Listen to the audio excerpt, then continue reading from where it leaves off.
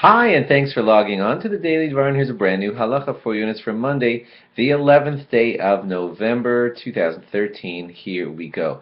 Well, believe it or not, it's almost time for us to try to start getting into a daily law about Hanukkah. Only 2.5 weeks to go. Can't believe it, but 2.5 weeks to go until Hanukkah. A couple of early warning Hanukkah laws that you'll need to know are these. When you're shopping for a menorah, and a lot of people like to get a beautiful menorah, and yes, it is a wonderful idea to have a beautiful menorah, because we say, Zekeli v'anvehu, this is my God, and I will glorify him, and that teaches us that we should always glorify God with our mitzvahs and make them beautiful.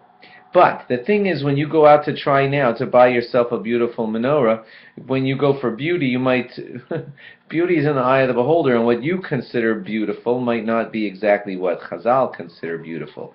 Like, for example, if you consider it beautiful that your menorah is incredibly creative, because creativity is beautiful to you, you might go wrong there, because there are some laws about the menorah that are very I don't want to say uncreative, but let me just get right to it and show you.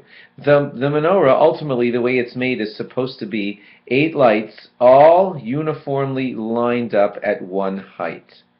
Of course, the shamish, that ninth one, which helps light the others, is at a higher height, or a different height from the others, or a different row, but the 8 are in one continuous straight row. A lot of the menorahs that you want to design now and be extra creative and fancy and whatever might not have designed them that way. You might have made them a potpourri of, fancy something or others, with one up here, one down there, one sticking out, and that's not proper. That might look beautiful to you, but in halacha, the way it's supposed to be is 8 lights lined up in a straight line at the same height, such that light number 1 is not given more prominence than light number 2. Also, for whatever, I don't know how you would want to design it, but you have to design it such that there is at least a finger's width between each one of the lights, so that it doesn't become confusing when you look at it, so that you can't really even tell if you're looking at 1 or 2 or 3. So make sure also, as you buy it or design it, that it has each and every light being at least 1 finger width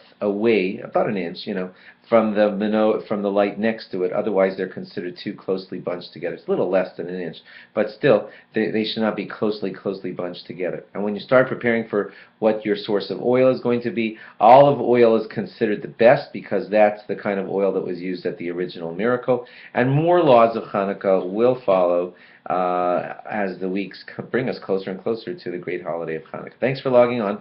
Log on again tomorrow for more. Bye-bye.